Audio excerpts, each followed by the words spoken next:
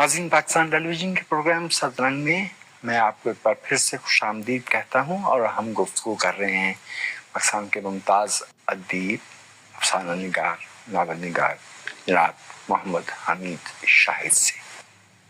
आपने सर जो नावल लिखा मिट्टी आत्म खाती, बस्ती है हमारे पास इंतज़ार हुसैन साहब का नावल, उसमें ये एक ज़मीनी मौजू के तौर पे लेकिन ट्रीट किया उन्होंने। सही क्या सही नस्में हमारे पास सरबत हुसैन और जो मौजूद हैं हारिस खलीफ, बहुत जोरदार लहजे में उस अलमिया को समेटा है। आपके यहाँ बयानियां लीनियर नहीं है, एक से ज्यादा सतहें पाई जाती हैं और एक आम तासुर ये है कि हमारा पढ़ने वाला लीनियर मकालमा, लीनियर बयानिया, लीनियर प्लॉट पसंद करता है। तो मैं जानना चाहता हूँ कि इस मुल्क की मिट्टी ने जो आपने आदमजात तख्लीक किया, क्योंकि ये मिट्टी आदम खाती है, मेरे के मुताबिक पिछले 15-20-25 बरस में आने वाले नावलों में वज़ीराई के एतबार से बहुत बड़े मकाम पे गिना जाता है। क्या सबब हुआ है इस रसाई का कि आपने मौजू को इस तरह से ट्रीट किया है कि वो पढ़ने वाले ने उसके साथ आइडेंटिफाई किया है?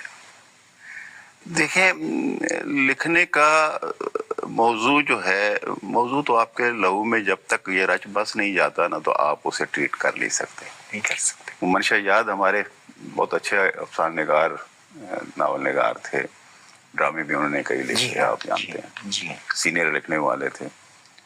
तो वो एक बात कहते थे कि मैं उस वक्त तक नहीं लिखता जब तक मैं दूसरे की खाल में, अपने किरदार की खाल में जाके नहीं बैठता। तो मैंने कहा, फिर आप अपनी खाल लेके उसकी खाल में जाते हैं या अपनी खाल उतार के?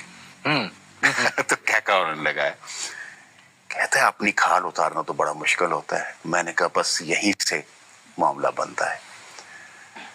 तो ऐसा है कि मुझे यूं लगता है कि जिस आरे से मेरे किरदार को ज़बह किया जा रहा होता है, उसी से मुझे ज़बह किया जा रहा होता है।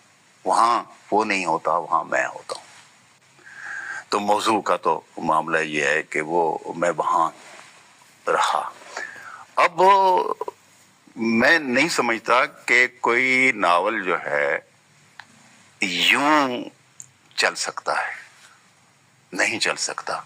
जिंदगी ऐसे नहीं चलती, जिंदगी ऐसे नहीं चलती। नावल एक याद रखिए बात कि ये जो लिखना है, फिक्शन लिखना, इसका मामला वजूद के साथ होता है, वजूद की लतीफ तरीन सतहों के साथ होता है। आप वजूद के अंदर उतरते हैं, वहां जाके आपको मालूम ही नहीं होता, एक अजीब तरह की मशीन लगी हुई है जो कुतर कुतर के चीजों को महीन कर देती है और इतना नफीस बना देती है कि उसके अंदर से फर्द का बातिन जो है वो पूरी तरह बाहर निकलता है। तो आप उसे जब तक गिरफ्त में लेते हैं, सिर्फ वाकयात लिखते जाते हैं, तो बात बनती नहीं। ये दानिश की वो सतह है जिसे मज़ामीन में किसी और तरह बयान नहीं किया जा सकता, इसे फिक्शन ही में बयान किया जा सकता है। इसके लिए मौजूद तरीन जो है वो वसीला, वो करीना, वो फिक्शन है। इसलिए कि ये सुझाता है, समझाता नहीं है, ये चीजों को महसूस कराता है। ये समझाने का अमल नहीं है, सुझाने का अमल है।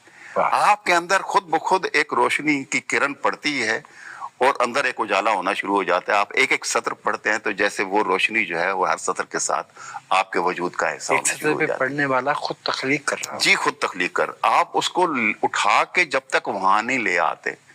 अब प्रॉब्लम ये हुआ कि जब से हमारे यहाँ ये इंटरनेट आया या इस तरह की चीजें आई हैं, तो हम यूं पढ़ने के आदी हो गए।